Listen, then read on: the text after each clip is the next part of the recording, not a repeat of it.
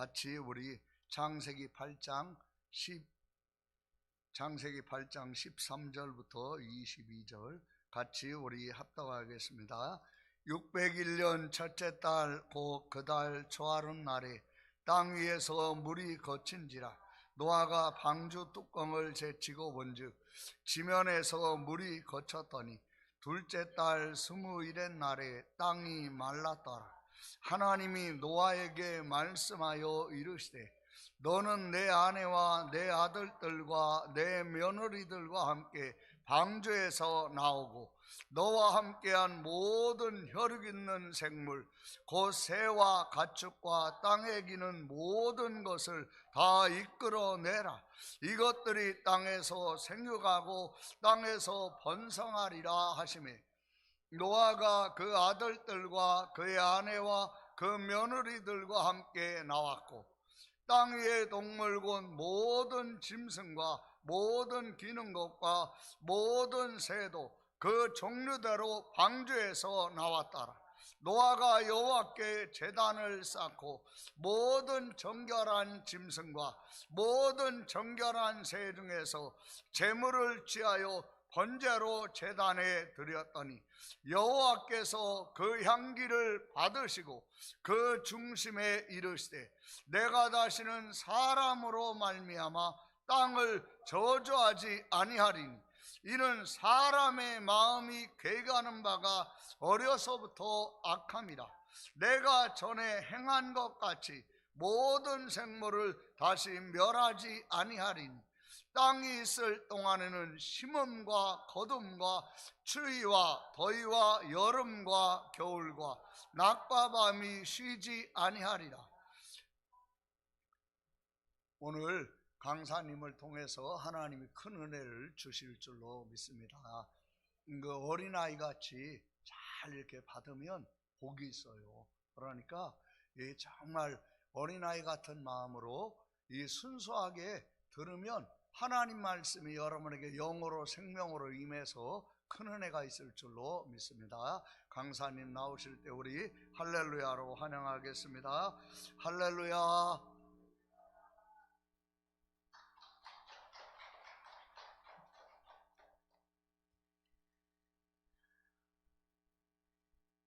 부활하신 주님이 제 안에 계시고요. 여러분 안에 계십니까? 우리가 얼마나 복받은 사람인지 우리는 이미 복을 받은 사람들입니다. 왜냐고요? 제가 이유를 수도 없이 댈 수 있어요. 나 같은 사람이 무슨 복을 받았냐고 생각할지 모르지만은 하나님이 우리 아버지잖아요. 하나님이 자기 아버지인 사람 낳아보라 그래요. 대통령이 아버지라도 보기에 힘주고 사는데 하나님이 진짜 내 아버지예요. 여러분 믿으십니까? 전 이거 믿어요. 하나님이 내 아버지 가장 큰 복입니다. 그는 천국에 가서만 아니고 지금 이 시간 이 자리에서 하나님 나의 아빠세요. 그리고 내가 하나님을 잘 믿도록 우리 안에 부활의 성령님 예수님의 영을 우리 안에 보내셨습니다. 그래서 에녹만 하나님과 동행하는 게 아니고 우리도 동일하게 하나님과 함께 살도록 다 모든 완벽하게 하나님이 조치를 취해 놓으셨어요. 근데 우리가 이 사실을 알아야 됩니다. 알아야 돼요. 알고 내 것으로 활용하는 거, 이게 믿음이에요. 오늘 여러분 부활절 계란 삶아서 먹고, 물론 우리가 그것도 하나의 기념의 방식이 되겠지만 진짜 부활은 부활하신 주님을 여러분 안에서 다시 발견하는 거, 그 주님과 함께 삶을 시작하는 거, 이제까지 그렇게 살았다면 더 그 주님으로 온전하게 10%였다면 20%, 20%였다면 50%, 50%였다면 100%, 아멘. 100%가 되면 신적인 삶이 되는 줄로 믿습니다. 오늘은 주제 6번째 과를 공부합니다. 기도합니다. 하나님 아버지, 너무너무 고맙습니다.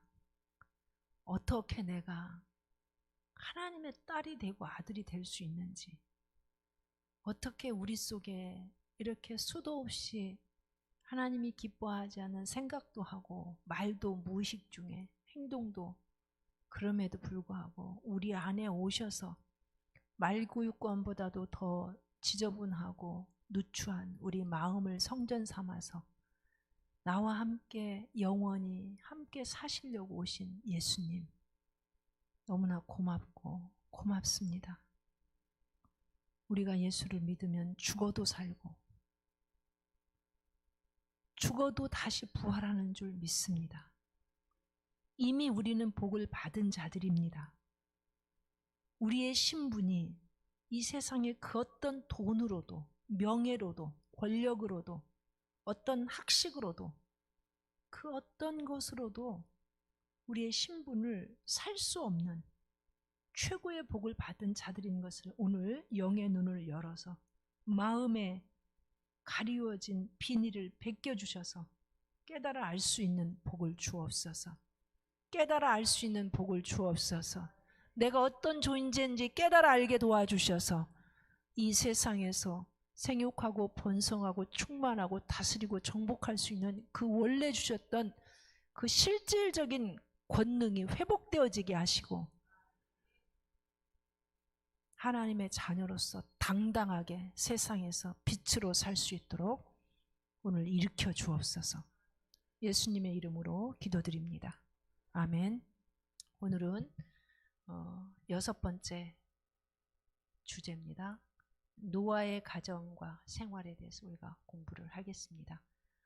배경 말씀은 창세기 6장, 7장, 8장, 9장 4장에 걸쳐서 이 노아에 관계된 그런 말씀이 기록되어져 있습니다. 여러분들이 집에 돌아가셔서 꼭 창세기 6장, 8장, 6장, 7장, 8장, 9장 4장을 깊이 이렇게 읽어보시면 훨씬 더 은혜가 될 줄로 믿습니다.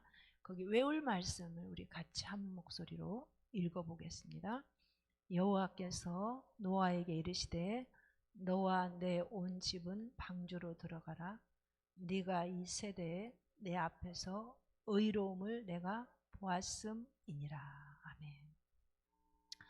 구원의 문제를 지금 다루고 있습니다. 여러분, 노아의 방주 사건은요, 꾸며낸 신화적인 이야기나 전설이 아닙니다.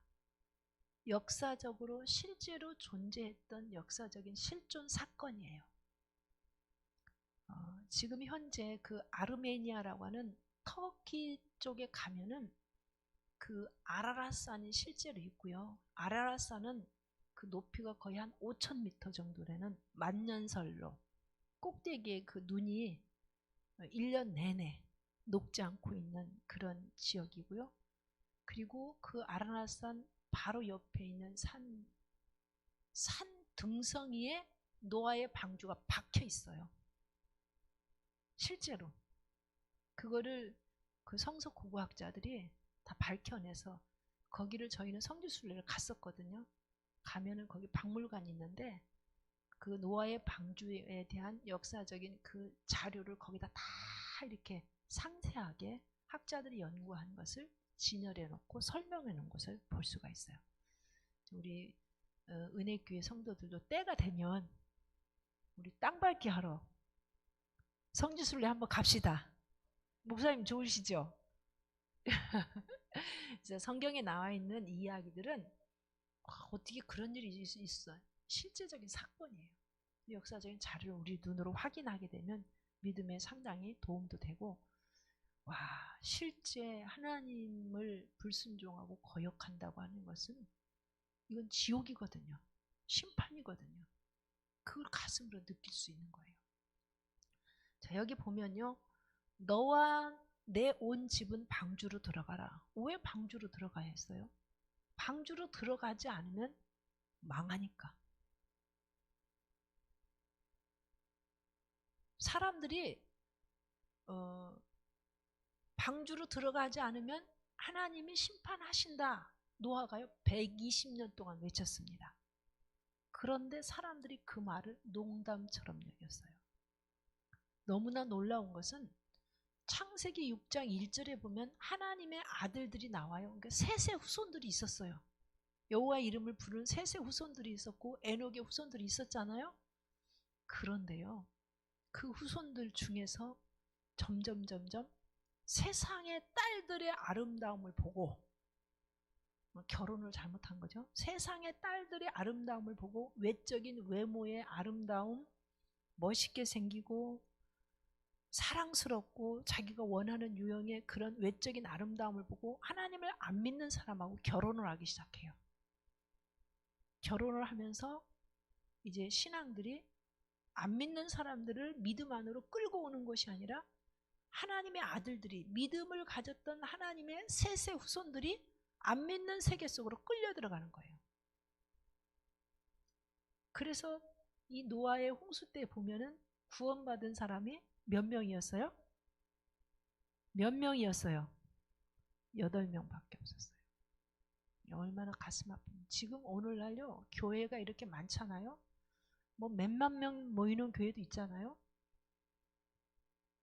이 세계 기독교 역사상 한국 교회만큼 이렇게 막 대형 교회들, 짧은 기독교 역사 100년, 130년 역사 안에 이런 대형 교회들이 많은 교회가 없어요. 그런데 과연 그 몇만 명 교인들이 다 구원받은 백성일까요? 이게 문제입니다. 왜냐하면 이 당시도 하나님의 아들들이 있었잖아요, 분명히. 그런데 시간이 흐르면서 왜 세상의 딸들을 좋아서 하나님을 버리고 떠났을까? 쭉정이었단 말이죠. 우리는 어떤가? 바로 그 문제, 오늘 굉장히 심각한 문제를 구원의 문제를 다룹니다. 자, 여기 2세대 그 말이 나와요. 그 외울 말씀에 보면은 2세대에 내 앞에서 의로움을 내가 보았다.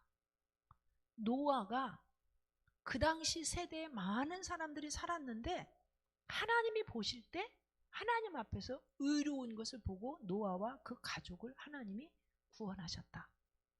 나머지는 어떻게 됐을까요? 구원받지 못했다. 그 얘기예요.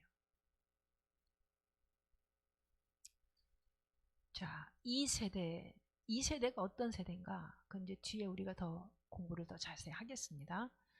자, 여기 등장하는 이 노아의 방주가 나오는데 이 방주가 실제로 여러분들이 가면 볼 수 있다니까요. 아라랏산에 가면은. 이 아라랏산은요, 우리가 그 잘 알고 있는 그 메소포타미아 문명이 발상한 유프라테스 티그리스 강 유역에 있는 그 물이 흘러나오는 근원지가 아라랏산이에요.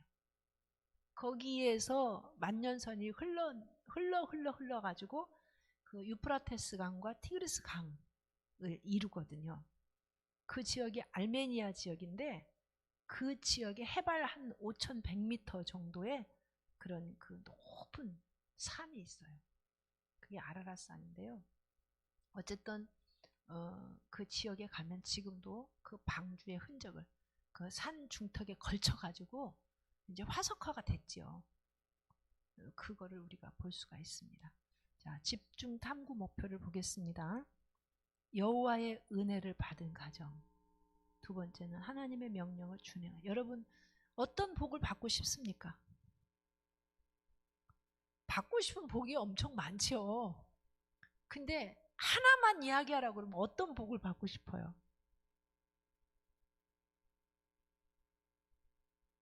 진짜요? 정말 하나만 이야기하면 어떤 복을 받고 싶어요? 구원의 복이에요. 거지로 살아도, 거지 나사로처럼 살아도 구원의 복이 가장 큰 복인 줄로 믿습니다. 아이, 죽은 다음에 일을 뭐를 알아? 죽은 다음에 일을 확실히 압니다. 성경이 말씀하신 대로 될 것이기 때문에. 아멘. 이제 세상에서 가난하게 살아도 구원받을 거야? 아니면 부자처럼 매일 잔치를 하고 살고 지옥 갈 거야? 여러분 어떤 복을 원해요? 두 가지 다 갖고 싶죠. 근데 하나만 선택하라고 하면 그게 문제잖아요. 하나만. 아마 교회 안에도 많은 사람들이 아이 죽은 다음에 뭘 알아. 일단 잘 살고 보자. 그런 사람들이 있어요. 있습니다.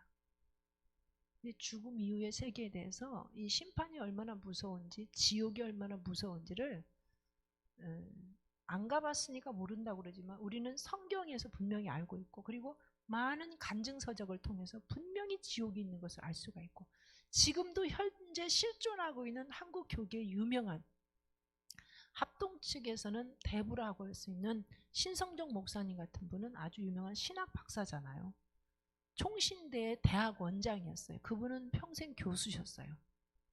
신학교 강의를 평생 하신 학자예요. 그런 분이 8일 동안 매일 저녁마다 하나님이 천국과 지옥을 보여주셨어요. 그래서 그걸 레포팅, 그냥 사실적인, 거기다 뭐 살을 붙이고 한 게 아니라 본 거 그대로 그냥 타이핑을 해가지고 써낸 책이 있어요. 그게 내가 본 지옥과 천국에, 저희 성광교에서는 그 필독서로 다 사서 읽혔습니다. 이 현실이라니까요. 자,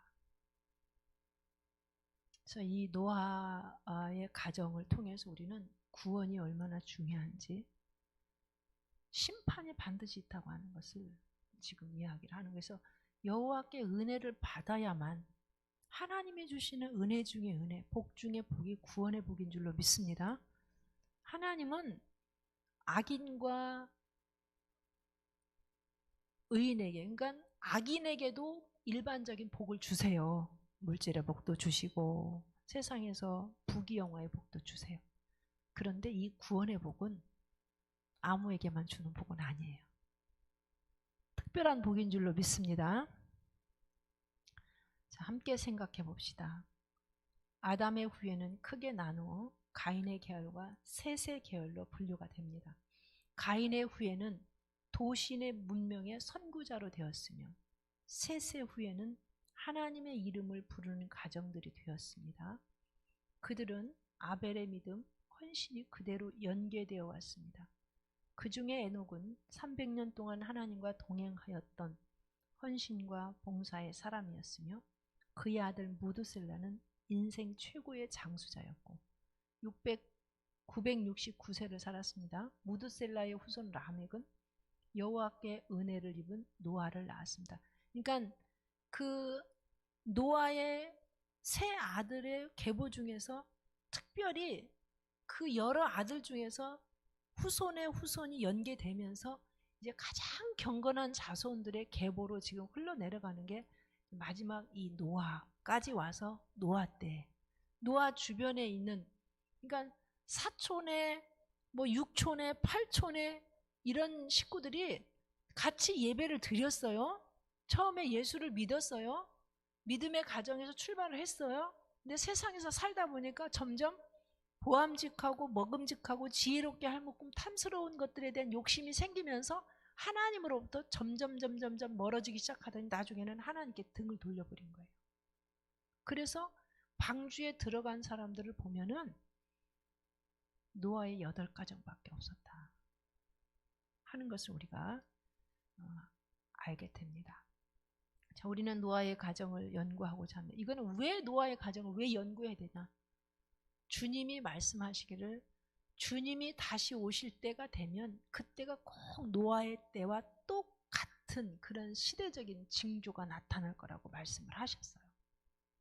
그래서 우리는 우리가 살고 있는 이 시대가 노아의 홍수와 똑같은, 그 홍수로 심판은 하시지 않지만 반드시 하나님 앞에서 인정받는 믿음의 사람이 가야 될 곳과 믿음에서 떠난 사람들이 가야 될 곳이 다르다고 하는 것을 우리는 알아야 됩니다.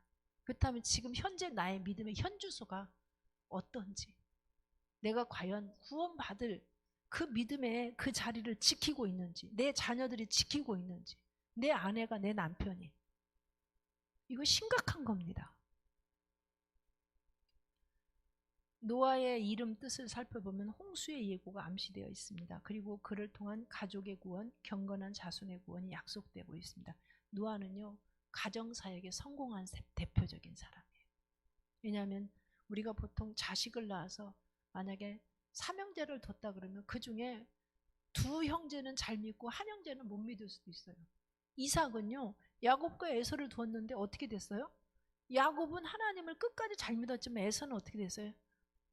가인처럼 하나님으로부터 멀어져 간 후손이 됐어요. 근데 이 노아는 삼형제를 두었는데 삼형제뿐만 아니라 며느리들도 모두가 다 믿음 안에서 성공한 사람들이 되었습니다. 이게 가정사역에 성공한 그런 그 대표적인 케이스라고 볼 수가 있겠습니다. 자, 먼저 여호와께 은혜를 받은 노아의 가정 살펴보겠습니다. 성경에 나타난 여러 가정의 형편 중에서 심각하고 뼈저리게 위기의식을 느끼며 구원의 생생함을 체험한 가정을 말한다면 당연히 노아의 가정을 들게 됩니다. 노아는요, 심판이 무언지를 피부로 느끼지 않았겠습니까? 아담은 죄가 얼마나 무서운가를 피부로 느꼈을 거예요. 왜냐하면 죄를 짓기 전에 에덴 동산에서 하나님과 그 함께 지냈던 그 기쁨이 충만했던 동산, 언제든지 먹고 싶으면은 아무데나 가서 무슨 과일이든지 먹고 배부르고 충족한 그런 삶을 살았던 에덴 동산에서 하나님께서 동산 중앙에 있는 선악을 알게 하는 나무를 먹지 말라 한 것을 어기고 먹었을 때 그에게 찾아와진 것은 사단이 얘기한, 뱀이 이야기한 대로 된 게 아니라 하나님이 정령 죽으리라 한 대로 하나님과의 관계도 끊어지고 자기 부인과의 관계도 이제는 서로 너 때문이야 너 때문이야 하는 그런 그 사이에 관계에 깨어짐이 있게 되고, 그리고 땅은 아담과 하와 때문에 저주를 받아서 이마에서 쑥을 해야 먹을 것이 생기게 되었고, 그리고 제일 무서운 것은 하나님이 함께 계시는 그 에덴 동산에서 쫓겨나잖아요. 쫓겨납니다. 그러니까 죄를 짓기 전하고 죄를 지은 이후에 두 세계를 경험한 사람은 아담과 하와예요.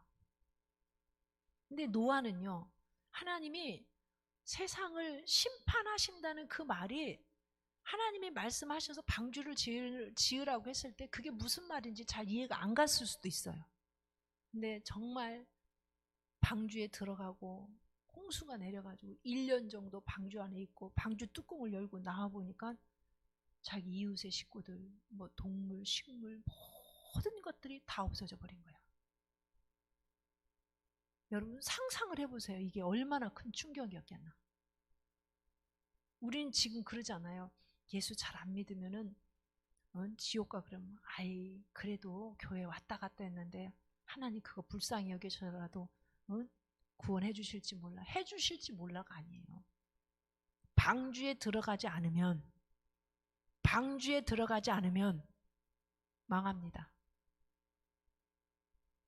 성전 지성소에 들어가지 않으면 죄 문제는 해결받을 수 없단 말이에요. 방주에 들어가지 않으면 심판에서 제외될 수가 없어요. 그래서 이 방주에 들어간다고 하는 거 오늘날 현대적인 의미가 어떤 의미인지 우리가 이런 부분들을 오늘 살펴보겠습니다. 자, 노아의 가족은 그의 아내의 이름은 밝혀지지 않았지만 그 아들 셋, 함, 야벳 이름이 나와 있죠. 그리고 3명의 자부들이었습니다. 8명의 가족이 구원받은 사실은 놀랍고도 신기한 사실입니다. 홍수는 역사적인 사실로 역사적이라고 하는 것은 이거는 실질적인 사실이라는 것이 증거가 있는 그런 사건이란 얘기예요. 그 홍수는 신약의 세례로 예표되는 것입니다. 하나님께서 지으신 사람으로 죄악으로 관영하였을 때 그들을 지면에서 모두 쓸어버리기로 작정하신 중에 특별히 구원받은 노아의 가정은 하나님의 은혜의 손 안에 있었습니다. 아멘. 아멘입니다. 노아의 이제 그 삶의 특징이 여기 나와 있죠. 노아는 에녹과 같이 하나님과 동행하는 신앙과 생활 속에 살았거든요. 자, 창세기 6장 9절 말씀 보겠습니다. 창세기 6장 9절 말씀. 이것이 노아의 족본이라. 노아는 의인이요 당대의 완전한 자라. 그는 하나님과 동행하였으며. 아멘. 노아의 특징이 세 가지로 여기 하나님께서 기록을 하고 계십니다. 하나는 의인이었다는 것, 또 하나는 당대의 완전한 자였다는 것, 또 하나는 하나님과 동행하였다. 노아의 삶에 대해서 하나님께서 이렇게 평가를 하고 계십니다. 이게 무슨 말일까? 어떻게 우리가 의인이 될 수 있고 완전할 수가 있을까? 사람으로 이게 가능할까 하는 거예요. 우리가 어떻게 완전할 수가 있어요? 하나님 외에는 완전할 수가 없잖아요. 자, 이 말은 무슨 뜻이냐면요, 여기 성경에 기록되어진 의인이라는 뜻은요, 그 당시 타락한 시대적인 상황 속에서도 경건하고 정직하게 살려고 의식하는 한 전심으로 노력하면서 사는 그런 사람이었다. 그런 의미예요. 그러니까 노아가 죄를 한 번도 안 지었다, 그런 의미가 아니라는 거죠. 노아가 의식하는 한 정말 경건하고 정직하게 살려고 온 마음을 다해서 최선을 다해서 삶을 살아가는 그런 상대적인 의의 개념에 많은 사람들이 그것이 죄인 줄 알매도 불구하고 그냥 쉽게 그러니까 온 마음으로 바르게 살려고 하지 않는 사람들이 많습니다. 그죠? 근데 노아는 그렇지 않았다는 거죠. 하나님 보시기에. 그리고 여기 완전했다는 말도 동일한 의미가 됩니다. 사람과 하나님 보시기에 부끄럽지 않은 자가 되기 위해서 마음으로 100% 성실하게 삶을 살아갔다는 얘기예요. 그래서 하나님 보실 때 그 마음으로 100% 성실하게 살아가는 것을 100점을 준 거예요. 그래서 완전하다는 표현을 썼습니다. 예수님처럼 죄를 한 번도 안 져서 완전하다고 쓴 게 아니에요. 여러분, 우리가 믿음의 삶을 살 때 바로 이거예요. 때때로 우리도 모르는 사이에 무의식 중에 남을 미워하기도 하고 시기하기도 하고, 그리고 내 마음이 하나님을 바라보는 마음이 어느 순간에 엉뚱한 걸 바라보고 있을 수도 있고, 나도 모르는 순간에 내 안에 무의식적으로 이 나쁜 생각이 들어올 수도 있어요. 그걸 우리가 어떻게 하겠어요? 마치 새가 우리 머리로 날아가는 걸 우리가 막을 수는 없어요. 근데 할 수 있는 건 뭐냐면, 새가 우리 머리에다가 집을 짓는 것은 내가 쫓아버릴 수 있잖아요.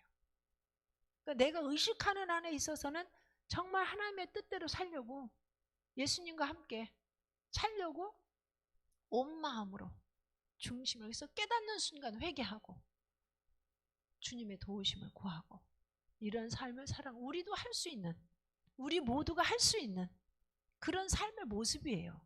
근데 50% 하느냐 100% 하느냐의 문제야. 마음으로, 하나님은 그래서 언제든지 전심이라는 단어를 늘 쓰십니다. 마음을 다하고 뜻을 다하고 힘을 다하여 전심으로 여호와께 구하며 전심으로 여호와를 사랑하고 100%의 마음으로 했을 때는 조금 미비하고 때때로 부도덕한 일들이 있고 해도 하나님이 그 삶을 100점을 주신다는 거예요. 우리 이거 할 수 있죠? 네. 노아에 대한 그 삶의 점수를 매길 때 하나님이 당대의 의인이고 완전한 자라고 했을 때는 그런 의미라고 주석가들은 그렇게 설명을 하고 있습니다. 그리고 여기 동행했다는 것은 우리가 지난 시간에 에녹에 대해서 공부할 때 상세히 공부를 했어요. 히브리 원어로 할라크라는 뜻인데, 뜻이 같아야 동행이 된다고 그랬죠? 의합해야, 뜻이 같아야 동행하는데, 여러분, 우리가 하나님과 내가 동행하려면 누구 뜻을 내려놔야 돼? 하나님 보고 내려놓으라고 그래요? 내 뜻을 내려놔야 돼요. 왜? 내 뜻이 하나님 뜻에 비해서는요, 하나님 뜻이 하늘이라면 나는 땅이에요. 그렇기 때문에 당연히 내가 내려놔야 되는 거예요. 이건 기쁨으로 내려놔야 되는 거예요. 막 어쩔 수 없이 내려놓는 게 아니라 기쁨으로 내려놔야 되는 줄로 믿습니다. 여러분, 하나님을 신뢰하면요, 내 뜻하고 하나님의 뜻이 다르네 그러면요, 하나님이 이거 아니야 그러면 네 알겠습니다. 그러니까 기쁘게 온전히 즉시 순종이 될까요? 안 될까요? 됩니다. 아브라함이 이삭을 번제로 바치라고 그랬어요. 그게 말이나 될 법한 소리입니까? 사람을 어떻게 번제로 바치라고 그래요. 이방 신들에게나 하는 제사법이요. 근데 아브라함은 하나님을 아는 사람이었어요. 하나님을 경험한 사람이었어요. 75세에 부름을 받아가지고 그 말씀을 쫓아서 한 번도 가보지 않고 살아보지 않은 그 땅으로 하루하루 인도함을 받아서 오다 보니까 갈 바를 알지 못하고 왔는데 하나님이 머물러서 살라고 한 그 땅이 가나안 땅이었어요. 거기서 살면서 많은 우여곡절을 겪었어요. 하나님을 잘 몰라갖고 기근이 드니까 하나님한테 물어보지 않고 양식이 있는 애굽으로 내려갔다가 얼마나 큰 수치스러운 일을 당했습니까? 아내를 뺏길 뻔했고. 그래도 하나님 보호하셔서 다시 올라오고, 이런저런 과정들을 거치면서 아브라함이 100세 그제서야 하나님이 아들을 주셨잖아요. 그래서 이제 겨우 한 14살 됐는데 하나님 뭐라고 그래요?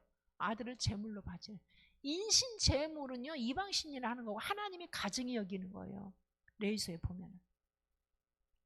그런데 아브라함이요 그 말씀을 하시는 분이 하나님인 것을 너무나 정확히 알았기 때문에, 왜 사람을 제물로 바쳐야 되는데요? 왜 하필 내 아들입니까? 뭐 여러 가지 이유를 댈 수 있는데도 말 한마디 않고 즉시 그 저녁에 얘기했는데 그 이튿날 아침에 일찍이 그 아들을 바치기 위해서 그 가나안 땅에서 떠나가지고 어디까지 가냐면 지금 예루살렘 모리아산까지 간 거예요. 지금 예루살렘 성전에 있는 그 자리까지 간 거라고요. 예루살렘 성전이 세워진, 솔로몬 성전이 세워진, 지금은 현재 이슬람 사원이 세워져 있어요. 그 자리까지 간 거예요. 솔로몬을 데리고, 아니 이삭을 데리고. 하나님을 알면 이게 가능하단 말이죠. 아멘. 왜 우리가 말씀을 계속 묵상을 하고 공부를 해야 되냐? 하나님을 바로 알아야 돼요. 하나님을 알면요 왜라는 이유가 필요가 없어요. 왜 그러냐고요? 하나님이 오르시니까, 하나님은 전능하시니까, 하나님은 무슨 말씀을 하실 때 당장은 나에게 이해가 안 가지만 나의 유익을 위해서 말씀하시는 분이시니까, 하나님은 언제나 나를 사랑하시니까, 얼마만큼 아들을 주시기까지 사랑하시니까, 하나님은 우리를 보실 때 그냥 사랑 덩어리세요. 사랑 덩어리. 응? 그러니까 그런 하나님을 아는 사람은요 하나님이 이해가 안 가. 그래도 하나님 말씀하시는 건 나를 위한 거야. 그냥 순종이 되는 거예요.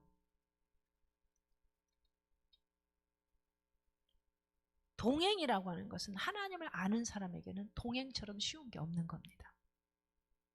저는 우리 은혜교회 성도들이요 성경을 많이 알기를 원하는 건 아니에요. 그러나 하나님을 바로 알았으면 좋겠습니다. 그리고 하나님과 동행하는 그런 삶이 실제가 되기를 원합니다. 하나님의 소원이에요. 이거는 에녹에게만, 노아에게만, 모세에게만, 요셉에게만, 특별한 사람에게만 하나님이 그렇게 살 수 있는 은혜를 주시는 게 아니라, 아까 여기 얘기한 우리가 온 마음으로 하나님을 갈망하고 하나님을 사랑하기를 갈망하면요 여호와의 은혜를 받은 가정이 됐다는데 우리에게도 동일한 은혜가 임할 줄로 믿습니다. 하나님은요 노아만 사랑하시겠습니까? 저를 사랑하시고 여러분을 사랑하십니다. 이건 모든 사람에게 약속하신 은혜예요. 그러니까 이거는 내가 하나님을 어떻게 갈망하고 어떻게 그분을 사모하느냐 거기에 관건이 달려있지 직분에 달려있는 것도 아니에요. 목사님이라고 특별히 더하고 장로님이라고 더하고 평신도는 안 되고 전혀 아니에요. 지난주에 제가 잠깐 소개했지만 로렌스라고 하는 그분은요 수도사 그 수도원에서 주방에서 일하는 분이었어요. 그런데 하나님은 얼마나 갈망했던지 그 당시 프랑스의 유명한 성당의 주교가 로렌스 형제를 부러워할 만큼, 실제로 그 책을 보면요 로렌스 형제하고 만나서 얘기를 하면요 자기가 설교하는 것보다 훨씬 더 자기 영 안에 하나님의 살아계심이 그냥 느껴지는 거야. 그분이 말 몇 마디 하는데 자기는 설교를 막 피땀을 흘려가서 해도 사람들의 영혼을 빛 가운데로 이끌어낼 수가 없어. 왜 그러겠어요? 하나님과 동행하는 사람은요 그 삶 자체에서 그냥 생명이 흘러가는 거예요. 이거는 은사가 아닙니다. 잘 아세요. 한국 교회가 은사 때문에 많은 혼란이 왔어요. 하나님과 동행하는 것은요, 삶이에요, 삶. 아멘? 삶이에요. 은사자들의 패단이 뭐냐면 은사를 받고 하나님과 동행하면 그보다 더 좋은 게 없는데 은사가 자기 전유물인 것처럼 착각하고 삶이 하나님과 동행이 안 된다면 그것이 독이 되고 악이 될 수도 있다는 사실. 한국 이 풍토는요, 샤머니즘적인 풍토이기 때문에 많은 사람들이 많은 은사를 받으면 훨씬 더 신령하다고 생각하는데 훨씬 더 신령한 게 아닙니다. 아무 은사가 없어도 하나님과 동행하는 사람이 신령한 거예요. 무릇 하나님의 아들들은 하나님의 영으로 인도함을 받는 사람들이 하나님의 아들들이라 로마서 8장 14절에 말씀하고 계십니다. 그래서 하나님의 영으로 인도함을 받다 보면 필요하면 하나님 은사를 주기도 하고 필요하면 하나님 역사하시는 거예요. 본질적인 우리의 삶이 하나님과 동행하는 삶이에요. 에녹은요, 그렇게 하나님과 동행했기 때문에 900몇 세씩 사는 세대에 하나님이 죄악 세상에 더 둘 수가 없어서 데려간 거예요. 축복이었습니다. 노아는 에녹처럼 하나님과 동행하는 자였다. 그렇게 하나님은 말씀하고 계십니다. 자, 이 당시 노아 시대 사람들이 도대체 어떤 삶을 살았길래 노아만 그 가정만 특별히 구원을 받았는가? 자, 창세기 6장 1절에서 7절 말씀을 길지만은 보겠습니다. 그 당시 시대상을 봅니다. 같이 봅니다. 사람이 땅 위에 번성하기 시작할 때 그들에게서 딸들이 나니 하나님의 아들들이 사람의 딸들의 아름다움을 보고 자기들이 좋아하는 모든 여자를 아내로 삼는지라. 여호와께서 이르시되 나의 영이 영원히 사람과 함께하지 아니하리니 이는 그들이 육신이 됨이라. 그러나 그들의 날은 120년이 되리라 하시니라. 당시의 땅에는 네피림이 있었고 그 후에도 하나님의 아들들이 사람의 딸들에게로 들어와 자식을 낳았으니 그들은 용사라 고대의 명성이 있는 사람들이었더라. 여호와께서 사람의 죄악이 세상에 가득함과 그의 마음으로 생각하는 모든 계획이 항상 악할 뿐임을 보시고 땅 위에 사람 지으셨음을 한탄하사 마음에 근심하시고 이르시되 내가 창조한 사람을 내가 지면에서 쓸어버리되 사람으로부터 가축과 기는 것과 공중의 새까지 그리하리니 이는 내가 그것들을 지었음을 한탄함이니라 하시니라. 이게 불과 셋의 후손들이 여호와 이름을 부르며 그렇게 경건한 자손들이 있었어요. 물론 가인의 후손들은 하나님을 떠나서 도시 문명이 발달하고 여러 가지 물질 문명이 발달한 자기의 성들을 만들면서 이제 타락한 문화로 그렇게 발달해 갔지요. 근데 너무나 안타까운 것은 얼마만큼 세월이 지나니까 하나님의 아들들이 세상의 딸들의 아름다움을 보고 마음을 빼앗기기 시작했다는 거예요. 여러분 어떻게 생각하십니까? 오늘날 얼마나 많은 사람들이 외모를 사람들한테 잘 보이려고 애들이요. 요즘 젊은 애들이 다이어트 하면서 이게 마른 몸매를 유지하려고 음식을 제대로 안 먹어요. 이 산부인과 의사 얘기를 들어보니까 불임 여성들이 30%래요. 원래 불임이 아니고 왜 그러냐면 다이어트를 잘못해가지고 이 사람이 타고난 체질이 다 다른데 어떤 사람 마른 체질로 태어나고 어떤 사람 좀 통통한 체질이에요. 근데 무조건 살이 안 찌고 날씬하게 하기 위해서 음식을 안 먹다 보니까 이게 이제 몸에 임신할 수 있는 그런 이 자기 체력이 유지가 안 되는 거예요. 몸이 망가져 버리는 거예요. 세상의 그 어떤 다른 사람들이 이렇게 보이는 외모를 유지하기 위해서 얼마나 젊은 여성들이건 요즘 남자들도 그래요. 살 빼려고. 건강에 필요한 만큼 관리는 필요해요. 그죠? 그런데 과도하게 외모 지향주의죠. 그리고 하나님이 창조하신 각자 나름 개성이 있고 그런 외모들을 어떤 조각적인 그 잘생긴 사람의 어떤 틀에다가 전부 성형수술을 해서 고쳐놓고, 이게 하나님의 방식입니까? 세상의 방식입니까? 확실합니까? 여러분 자녀들이 그렇게 한다고 그러면 어떻게 하실 거예요? 저는 목회하면서 교회 애들이 막, 아니 초등학생들도 중학생들 눈을 막 다 그 좋게 표현을 해야지, 다 쌍꺼풀 수술을 해가지고 어쩌려고 그러는지. 쌍꺼풀이 이뻐요? 참, 이게 뭐냐면 우리 다림줄에서도 세계관 얘기했잖아요. 하나님의 안목으로 사람을 보는 거하고 지금 세상 사람들이 세상에 그 사람들이 보는 안목으로 전부 교회 안에서도 시각이 달라지는 거예요.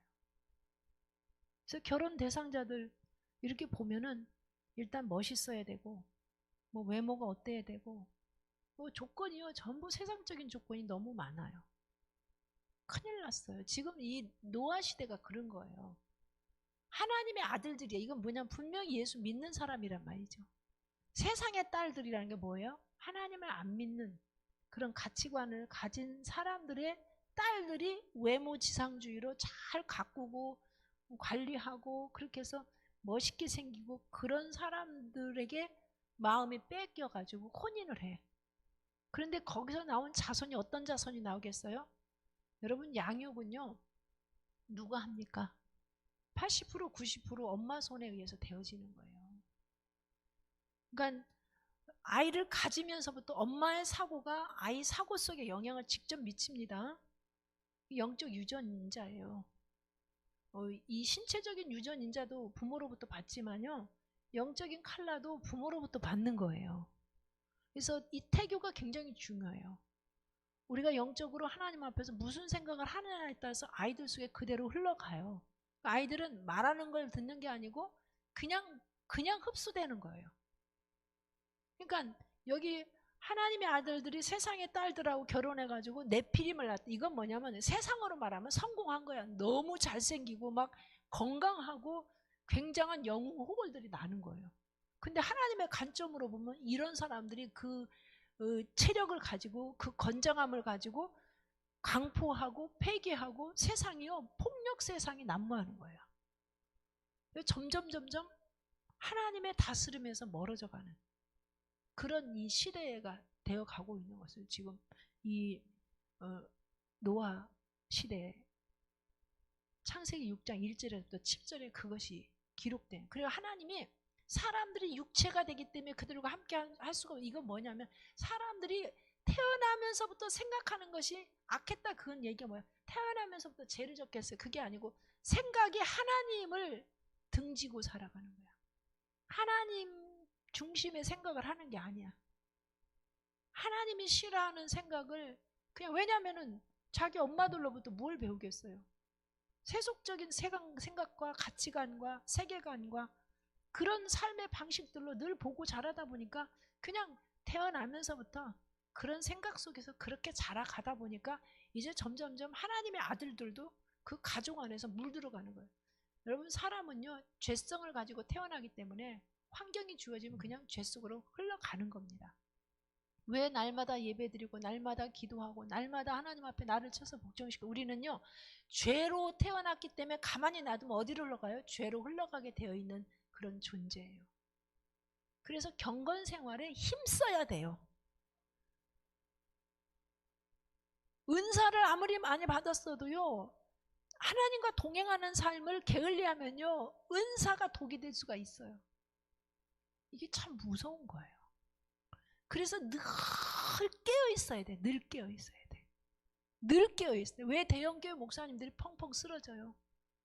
교회가 어려울 때는 정말 금식하고 기도하고 막 하나님 앞에 가난한 마음으로 그렇게 했는데, 어느 정도 교회가 부흥이 되고 나면 기도가 약화되고 생각이 이만하면 됐다고 하는 그런 안일함이 들어오기 시작하면, 하나님과의 그 씨름하는 마음들이 약화되면 뭐가 들어와요? 세상의 생각이 들어오는 거예요.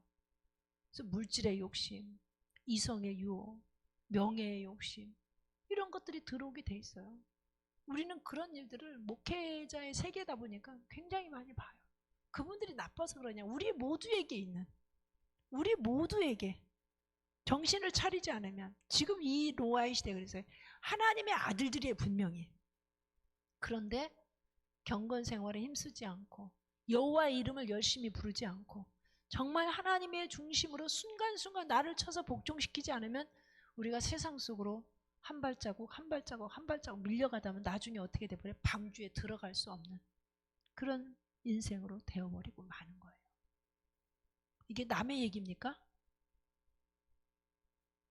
남의 얘기야. 여러분 자녀들이 혹시 공부한다고 주일 예배 한 번 빠지고 2번 빠지고 그러다가 아예 교회 안 나오는 자녀들 혹시 있지 않으세요?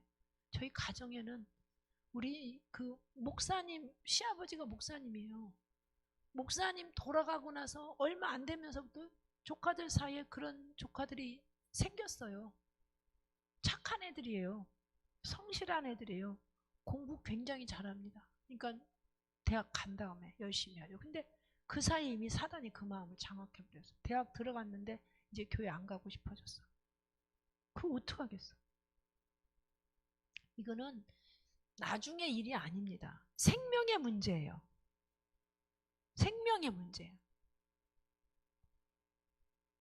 부모들이 요즘요, 예수 믿는 부모들도요, 정말 뭐 결혼하네, 자식들 결혼할 때 믿음 좋은 사람한테 보낸다고 그러지만 딱 막상 조건이 닥치면 믿음이 시원찮아도 아유 가서 전도하면 되지 이런 얘기를 해요. 이게 다 빌미를 주는 거예요. 전도요? 여러분 자식 말 들어요? 유치원생도 말 안 들어요. 근데 남의 자식을 데려다 어떻게 전도를 해? 평생 그거 하나 전도하다 말지. 될 수도 있어요. 그런데 너무 안타까운 것은 하나님이 말씀하신 대로 믿지 않는 자와 멍에를 같이 하지 말라면 결혼을 못할지언정 안 해야 돼. 그 중심이 되면 하나님이 결혼을 못하게 하시지도 않아. 하나님이 그렇게 뭐 무능한 하나님인가? 그리고 이미도 믿음이 있는 사람을 만나면 그 다음 그 후손 때는 얼마나 하나님의 축복으로 이끌어 갈 건데 그냥 생땅 일구다 만다니까요. 여러분 자식이 그렇게 인생을 살고 말기를 바라십니까? 그렇다면 부모들이요, 아무리 조건이 좋아도 어렸을 적부터 너는 절대 예수 안 믿는 사람하고 결혼하는 건 이건 있을 수 없는 일이야. 부모의 가치관이 심겨져야 될 줄로 믿습니다. 근데 안 가르치다가 갑자기 이제 결혼할 정년기가 돼가지고 이미 세속적인 가치관이 다 형성된 자식한테 어느 날 가서 넌 절대 예수 안 믿는 사람하고 결혼하면 안 돼. 그 말 한다고 먹혀 들어가요? 안 먹혀 들어가요. 어릴 때부터 이 교육이 되어져야 돼요. 자, 그래서 정말 이들이 유체가 되었다는 건 무슨 얘기예요? 육체를 쫓아서 사는 삶을 사는 그런 하나님의 영을 따라 사는 삶이 아니고 성령을 쫓아 사는 삶이 아니고 육체를 쫓아 사는 삶의 특징이 뭐예요? 먹음직하고 보암직하고 지혜롭게 할 만큼 탐스러운 창세기 3장의 하와가 그 선악과를 볼 때 들었던 그 마음이에요. 그 마음의 욕구를 따라 산다는 말이에요. 요한일서 2장 16절에 보면 더 적나라하게 요한 사도가 얘기합니다. 육신의 정욕과 안목의 정욕과 이생의 자랑이라고 표현하고 있어요. 똑같은 얘기예요. 그게 보암직하고 안목의 정욕이요, 먹음직하고 육신의 정욕이에요. 지혜롭게 할 만큼 탐스럽게 다니는 그는 이생의 자랑이에요. 이 세 가지의 욕심이 발동이 되면요, 네? 발동이 되면 하나님의 말씀하시는 게 안 들려요. 하나님의 말씀하시는 게 안 들리고 안 듣고 싶어. 안 듣고 싶어. 근데 이 당시 사람들이 나면서부터 그랬다는 거예요. 나면서부터. 이게 점점 더 강력해지니까 나중에 노아가 하나님의 말씀을 전하는데도 아예 안 들어요. 몇 년을 전하면 120년 동안 방주를 지켜야 하잖아요. 하나님의 은혜의 시간이 120년이 지속된 거예요. 회개할 기회를 120년을 주었어요.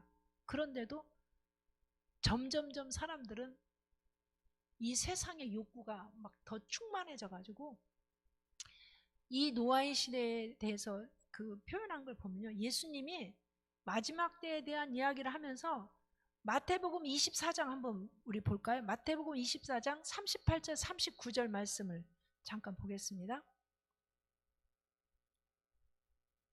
홍수전에 노아가 방주에 들어가던 날까지 사람들이 먹고 마시고 장가들고 시집가고 있으면서 홍수가 나서 그들을 다 멸하기까지 깨닫지 못하였으니 인자의 임함도 이와 같으리라. 홍수가 나서 죽을 때까지도 못 깨달았대. 뭐 하면서? 먹고 마시고 장가가고 시집가고. 이게 뭐예요? 일상생활 속에서 취해서 사는 거예요. 여긴 두 가지 해석이에요. 장가가고 시집갔다, 먹고 마셨다. 이거는 일상생활에 우리 기본적인 욕구를 충족시킬 게 뭐가 나빴는데, 여기는 기본적인 욕구 충족의 수준이 아니고 배고파서 먹는 게 아니고 좋은 음식을 찾아다니면서 쫓아다니면서 미식가들 있죠. 영양을 필요를 공급하기 위한 음식의 섭취가 아니라 즐기는 거야. 식도락가들. 돈이 있으니까 맛있는 집 맛집 찾아다니고 즐거운 일 찾아다니고, 그리고 장가가고 시집갔다. 이거는 정상적인 물론 결혼 생활도 얘기가 되겠지만 사실은 소돔과 고모라 시대의 멸망의 당시를 연결을 시켜서 생각하면 이거는 정상적인 가정생활 외에 혼 외에 어떤 잘못된 그 이성관계, 잘못된 성생활, 음란한 생활, 그거 얘기하는 거예요. 사고팔고 필요한 거, 여러분 집 필요한 거 사야지요. 그죠? 필요한 물건 사야지요. 근데 여기 사고팔고는 뭐냐면 완전히 그 경제에 완전히 몰입해가지고 그게 하나님처럼 돼버린 거예요. 그걸 얘기하는 거예요. 이렇게 이제 돼버린 시대가.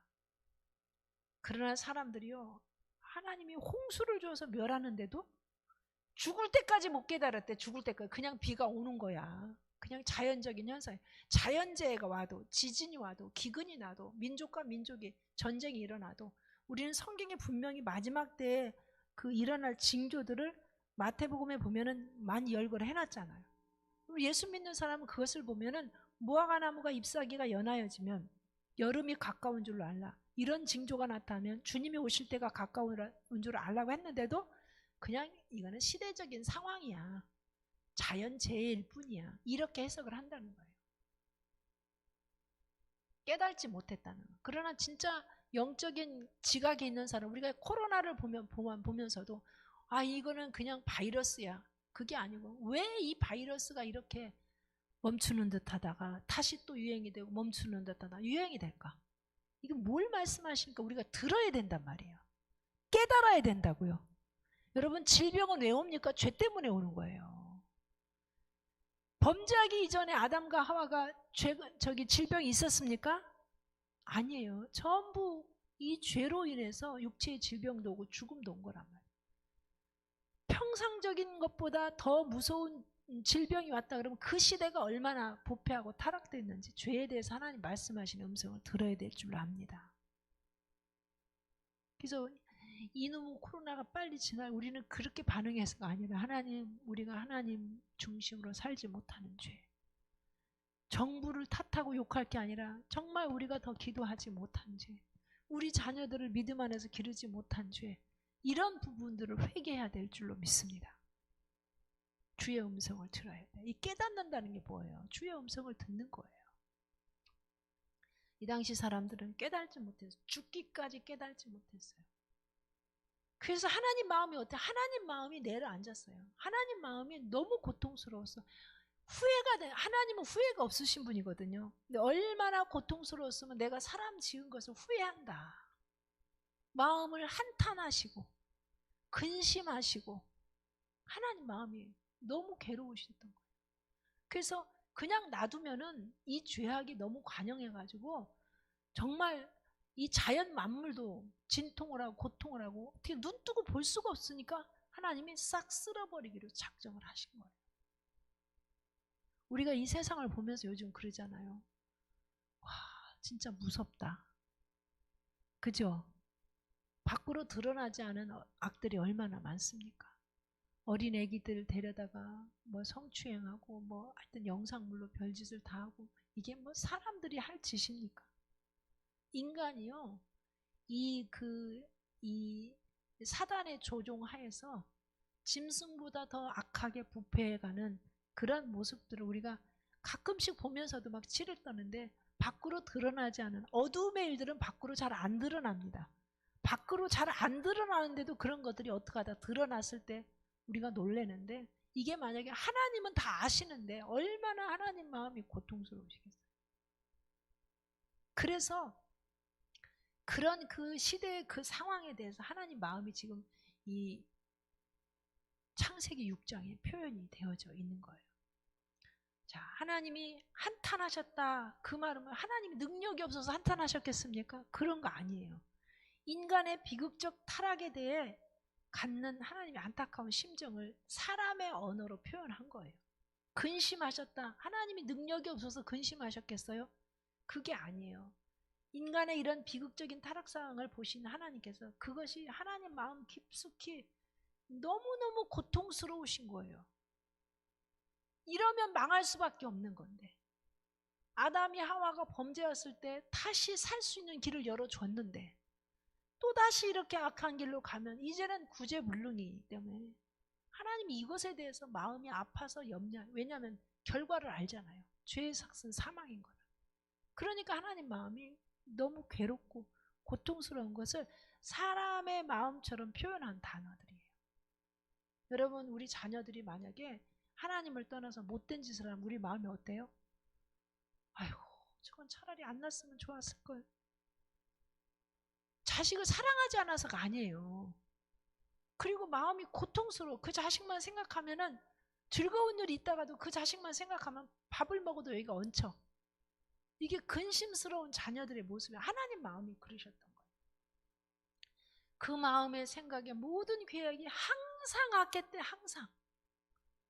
그러니까 이제는 어떻게 구제불능의 상태까지 가니까 하나님이 이게 이제 죄악이 찰 때까지 차니까 쓸어버릴 수밖에 없는 그런 상황이었고, 그런 죄악된 속에서도 하나님을 바라보고 정말 사람들의 조롱 속에서도 끝까지 방주를 지으면서 하나님이 죄에 대해서 심판하신다고 돌을 던지고, 사람들이 저 노인 미쳤다고, 저 가족 미쳤다고 별소리를 다 해도 끝까지 하나님 말씀 앞에 서 있는 이 노아의 가족에 대해서는 하나님께서 안전하게 그들이 보호받을 수 있는 길을 지금 열어놓으시는 것을 보게 됩니다. 여러분, 하나님 없는 세계관, 이거 가볍게 생각하면 안 됩니다. 교회 안에 들어와 있지만 우리가 그런 기도 자주 하잖아요. 성전 뜰만 밟는 성도가 되지 않게 해달라고. 하나님을 만나지 못하면 성전 뜰만 밟죠. 아, 교회는 그렇게 생겼어. 예배는 그렇게 드리는. 근데 하나님이 어떤 분인가 경험을 못하고 누리지 못한다면 그건 성전 뜰만 밟. 여러분 자녀들이요, 가까스로 교회에 나와 앉아가지고 성령의 감동이 없는 그런 채로 교회를 왔다 갔다 하면 성전 뜰만 밟는 거지. 우리 자녀는 아니라고 그렇게 우리가 얘기하면 안 되는 거죠. 이거 굉장히 두려운 일이에요. 우리는 무슨 방법을 써서라도 정말 기도해야 됩니다. 내가 하나님을 만나야 돼요. 하나님과 동행해야 돼요. 우리 자녀들이 하나님을 만나기를 위해서 기도해야 돼요.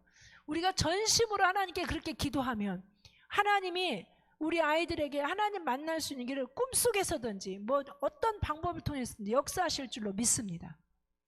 그런데 부모들이 이런 현상을 보고도 이걸 심각하게 여기지 않고 언젠가는 잘 되겠지. 언젠가 어떻게 잘 돼요? 언젠가 잘 될 수가 없는 거예요. 지금 세상은 점점 그러니까 하나님의 아들들이 가만히 있으면 세상 속으로 빠져들어가는 세대인데, 우리가 힘쓰고 애쓰고 하나님을 찾지 않으면 어떻게 언젠가 저절로 돼? 저절로 되어지지 않아요. 주님의 은혜는 구하는 자에게 옵니다. 찾는 자에게 하나님께서 찾아지게 하십니다. 두드리는 자에게 열립니다. 그래서 우리는 정말 지켜야 돼요, 가정은. 노아가 지금 자기 자녀 셋하고 자부들을 방주 안에 들여놓기까지 저절로 됐겠습니까? 저절로 되지 않아요. 자, 환경이 나쁘더라도 신앙인의 삶은 어두움 속에 빛으로 나타날 수 있습니다. 우리가 지금 사는 세대가요, 만만한 때가 아니에요. 만만한 때가 아니에요. 예수 적당히 믿고 주일날 한 번만 교회 가고 믿음 유지되리라고 생각하면 큰 착각이고 오산입니다. 저는 이렇게 보면은 저는 늦게 이제 20살에 예수님을 영접했으니까 그때만 해도 뭐 시간만 있으면 명절 때도 기도원 다니는 게 기본이었잖아요. 요즘은요, 전부 맛있는 거 먹으러 다니고 여행 다니고 그러지 진짜 영적 생활에 힘쓰는 가정이 별로 없어요. 시간 나면은 연휴가 겹치면 해외여행 갈 생각들만 하지 어떻게 하면 기도원 가고 어떻게 하면 말씀 읽고 어떻게 하면 은혜 받을까 이런 생각하는 사람 별로 없어요. 그러면 다음 세대는 뻔한 거예요. 우리 세대 때 그렇게 애를 쓰고 기도하고 몸부림을 쳤기 때문에 우리가 하나님을 만났고 그리고 은혜를 경험했고 은사도 경험했어요. 근데 지금 자라나는 세대를 공부한다고 그 대학 못 갈까 봐 부모들도 공부한다 그러면 다 용서가 돼. 예수 잘 못 믿어도 용서가 돼. 이 용서할 제목이 아니에요. 서울대학 갈 거 연대 가더라도 예수 잘 믿어야 돼요. 이건 굉장히 생명의 문제거든요. 하나님의 아들들이 세상의 딸들을 좋아해가지고 네피림을 낳아서 성공한 걸 외적으로 보면은 영웅 호거를 낳습니까? 근데 중요한 건 세계관이 하나님 없는 사람들이야. 어렸을 적부터 하나님 떠난 생각에, 하나님 떠난 세계관에, 하나님 떠난 가치관에, 응? 하나님 떠난 세상에 어떤 자기 욕망을 성취하고자 하는 그런 야망과 그런 열정에 사로잡혀서 세상에서 살아가는데 이게 하나님 없는 문화를 계속 일궈 나가는데 하나님이 보실 때는 근심하시고 한탄하시는 거예요. 뭐 교수가 된들 의사가 된들 대통령이 된들 하나님에게는 기쁨이 될 수가 없는 거예요. 우리가 정말 하나님을 깊이 만나지 않으면요 우리도 그런 세상 것을 좋아하게 돼 있어요. 여러분 어떠십니까? 자식들이 예수 잘 안 믿는데도 출세했다면 그걸 더 자랑스럽게 생각하지 않습니까? 정말 우리가 처리하고 기도하고 애끓게 기도해야 될 제목들이 얼마나 많아요. 없어요? 자, 노아는 하나님께 은혜를 입었습니다. 세상의 죄와 유혹에 물들지 않고 오히려 죄악 세상을 가슴 아파하는 노아의 삶을 하나님께서 받으신 거예요.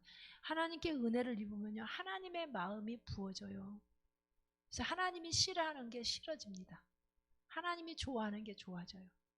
하나님의 지정의가 우리의 지정의 속에 공유가 돼요. 그게 플로잉 된다고 그러죠.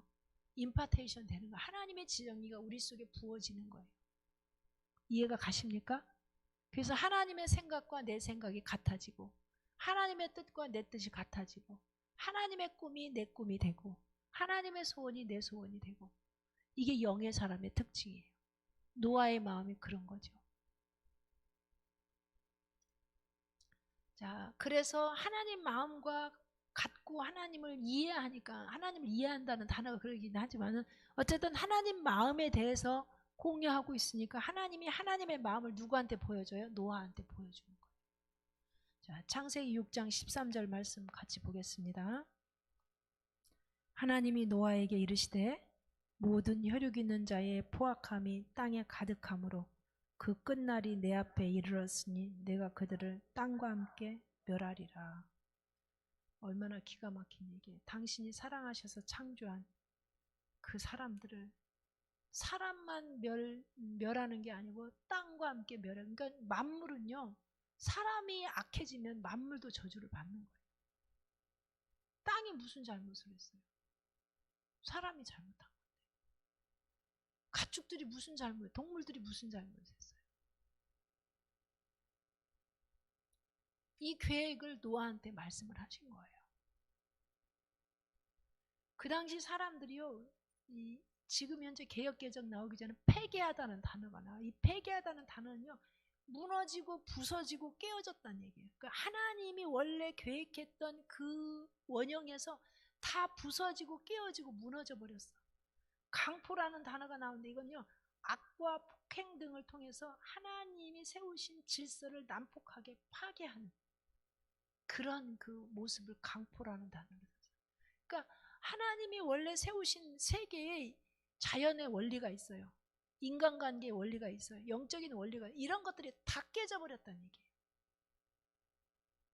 사람이 자기의 보암직하고 먹음직하고 지혜롭게 할 만큼 탐스러운 자기 욕구를 충족시키기 위해서 계획하고 행하는 모든 일들이 하나님을 역행하고 반역하고 하나님의 질서를 깨트리고 하나님의 법을 무시하는, 그러니까 지금 뭐 동성혼 이걸 합법화시키고 기독교 국가들, 미국에서, 캐나다에서, 프랑스에서, 영국에서, 기독교 국가들이, 스위스에서,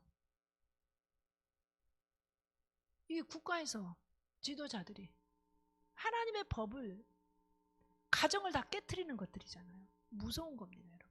이렇게 되면요, 결국은 종말은 오게 돼요. 왜 코로나가 이렇게 그 선진국에서 더더군다나 더 강력하게 이게 잦아들지 않고 계속 더 왕성해지는 건지. 저희가 지금 선교사님들 안식년 그 컨퍼런스를 하려고 32일 동안 계획을 다 해서 장소도 정하고 다 프로그램도 다 일정도 정했는데요. 이 일을, 강사를 그 컨택하고 일을 진행하고 통역을 할 자매가 프랑스에, 우리 한국 선교사님인데 프랑스의 그 YM 베이스에 있어요. 출국이 허용이 안 되는 거예요. 지금 그 변종 바이러스 때문에 프랑스에서 굉장히 강력하게 조치를 취해갖고. 그래서 내년으로 미뤘어요. 그리고 이제 일주일 동안만 한국에서 진행을 하려고 지금 다시 재조정을 했는데요. 어쨌거나 왜 그래요? 백신 맞고 한다는데 왜 더 이게 막 확산이 되고, 우리나라도 갑자기 또 4차 유행 조짐이 보인다고 그러잖아요. 이게 인간의 힘으로 할 수 없을 만큼 인간의 마음속에 너무너무 악들이 이게 이게 강포가 그냥 충만한 거예요. 충만한. 그러니까 죄악이 심판하실 수 있는, 그런 할 수밖에 없는 잔이 가득 채워졌다. 이렇게 볼 수밖에 없는 거예요. 요한계시록에 보면은 재앙들이 나오는데 어떻게 보면 요한계시록의 재앙일 수도 있어요. 왜냐하면 땅에 뭐 바다의 생물이 3분의 1이 죽고 뭐 땅에 3분의 1이 죽고 뭐가 죽고, 이게 공해와 이 질병과 이런 걸 지금 뭐 사람들이 죽어나가는 것이 언제까지 이게 이 지속이 될지, 이 코로나 끝나면 더 무서운 변종 바이러스가 나온다고도 얘기하고, 만약 이것이 심판이 종말로 끝난다면 더 그럴 수 있는 거죠. 그러니까 정말 세상에서 어떻게 사는 것이 잘 사는 건지 정말 우리는 말씀으로 돌아가야 될 줄로 믿습니다. 하나님이 계획을, 하나님의 앞으로 실행할 계획을 도저히 이제 내가 더 이상 이 세대 이 사람들이 돌이킬 가능성이 없기 때문에 이제 땅까지 다 진멸할 수밖에 없는 상황이 된 것을 노아한테 하나님 계획표를 보여준 거예요. 말씀을 하신 거죠. 미래를 계시한 거예요. 여러분, 우리가 깨어서 주님과 동행하는 사람들에게는요, 그래서 아니 내일 멸망이 올 건데 내일 어떤 일을 하게 하시겠어요? 하나님께서 영의 감동을 받고 사는 사람들은요, 정확하게 인생의 한 템포 한 템포 주님이 주시는 계획표를 따라 살아가게 될 줄로 믿습니다. 자기 욕망을 따라가는 사람은요, 쓸데없는 삶을 계획하는 거예요. 모래가 없는데 모래 삶을 계획하고 앉아있다고요. 근데 또 자칫 잘못하면은 종말론자들처럼 아무것도 안 하고 흰 옷 입고 어디 모여가지고 그러고 있으면 안 되는 거예요. 오늘 주님과 동행하면서 사과나무를 심으라면 사과나무를 심는 거예요. 가을에 수확을 위해서 파종을 하라면 파종을 하는 거예요. 주님과 동행하면서 순간순간 영으로 인도함을 받고 살면 그것이 만점짜리 인생입니다. 자, 노아의 가정을 위한 구원 계획을 또한 하나님 말씀하셔요. 세상은 그렇지만 정말 전심으로 하나님의 뜻대로 살려고 몸부림치면서 온 마음으로 하나님의 말씀을 쫓아 사는 노아와 그 자녀들을 위해서는 하나님께서 외면하시겠습니까? 아니죠. 살아계신 하나님인데. 아멘. 살아계신 하나님이십니다. 오늘도 살아계신 하나님이세요. 그래서 하나님 그분을 전심으로 찾고 찾는 자에게는요, 세상은 망하는데 그 사람은 보호를 받는 거예요. 이게 하나님 나라예요. 그러니까 우리가 예수님께 온 생애를 거는 거예요. 90%가 아니고 100%를 거는 거예요. 왜냐하면 그분이 세상의 시작이 되고 마침이 되시는 분이에요. 알파가 되고 오메가가 되십니다. 창조하셨고 이 만물을 정리하실 분이에요. 그렇기 때문에 그분께 집중하는 거예요. 세상에서 사람들이 어리석다고 해도 그까짓 게 문제가 아니야. 왜냐하면 그 사람들이 우리 인생 책임지지 않잖아. 하나님이 책임지십니다. 그리고 말씀대로 되어질 겁니다. 천지가 없어져도 1.1획도 말씀이 어긋남이 없어요. 그래서 우리는 분명한 길을 가는 거예요. 그 길은 찾는 이가 적다고 그랬어요. 좁고 협착합니다. 생명의 길입니다. 멸망의 길은 넓어요. 사람들이 많이 그 길을 가요. 그래서 그냥 자기들끼리 서로 즐겁게 갈 수 있을지 모르겠어요. 위로받으면서. 생명의 길은 찾는 이가 적어요. 힘들어요. 믿음 제대로 지키고 사는 게 쉽습니까? 쉽지 않아요. 적당히 세상하고 타협하고 살면 예수 믿는 것도 쉬워요. 근데 말씀대로 사는 건 쉬운 게 아니에요. 쉬운 게 아니에요. 어떤 때는 다 잃어버릴 수도 있는 거예요. 그런데 기독교는 역설이에요.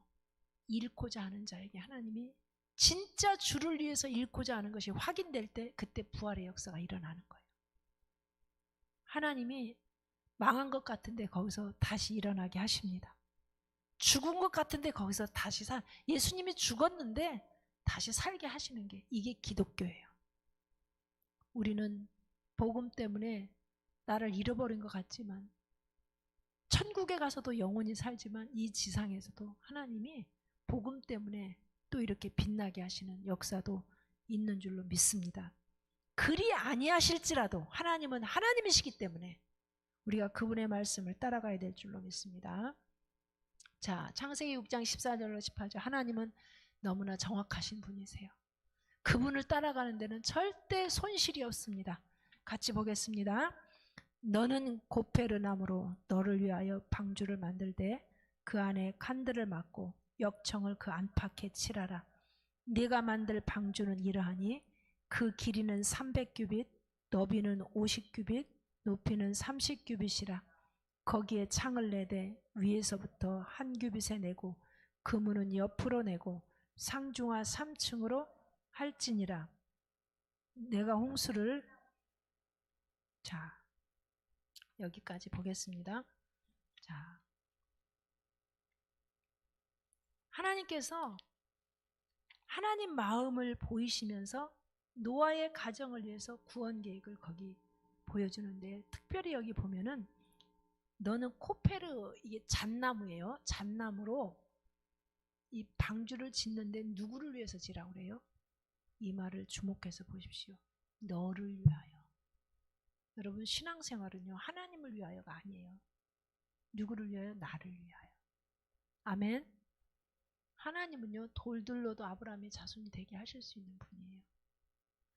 내 같은 것이 뭔데 하나님 나를 찾아오셔서 나를 부르셔서 내 안에 오셔서 나를 하나님의 자녀 삼아주시고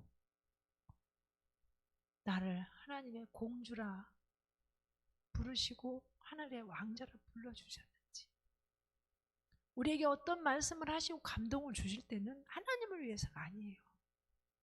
나와 내 가족을 위해서입니다. 그래서 주님이 말씀하시는 것을 기쁘게 온전히 즉시 순종할 수 있는 거예요. 무엇을 드리라 하는 것도 나를 위한 거고 무엇을 하지 말라 하는 것도 나를 위한 거예요. 하나님의 사랑이십니다. 그래서 너를 위해서 방주를 지라는 거예요. 근데 여기 보면요 수고가 따라요. 자, 잣나무를 가지고 방주를 짓는데 하나님이 잣나무를 제공해 줬습니까? 아니에요. 자기 가지고 있는 것 가지고 투자를 하게 한 거예요. 그리고 하나님 일꾼을 사서 보내줬습니까? 자기 가족들이 수고를 했어요.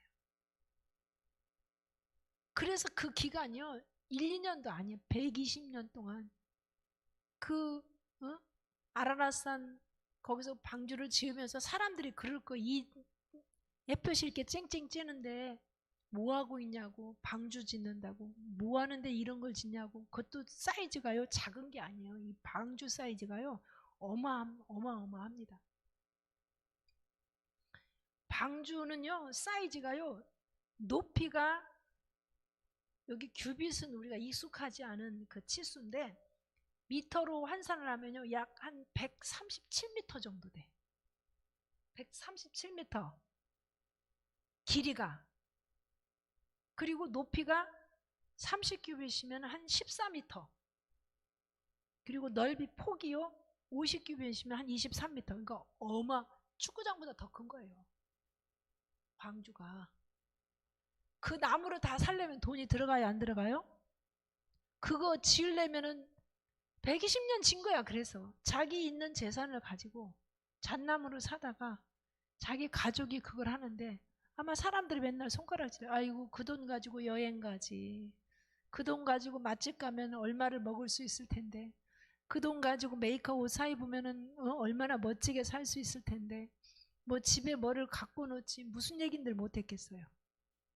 그런데 하나님이 하라는 대로 바보같이 지금 순종하고 있는 노아와 그 가족들을 보세요.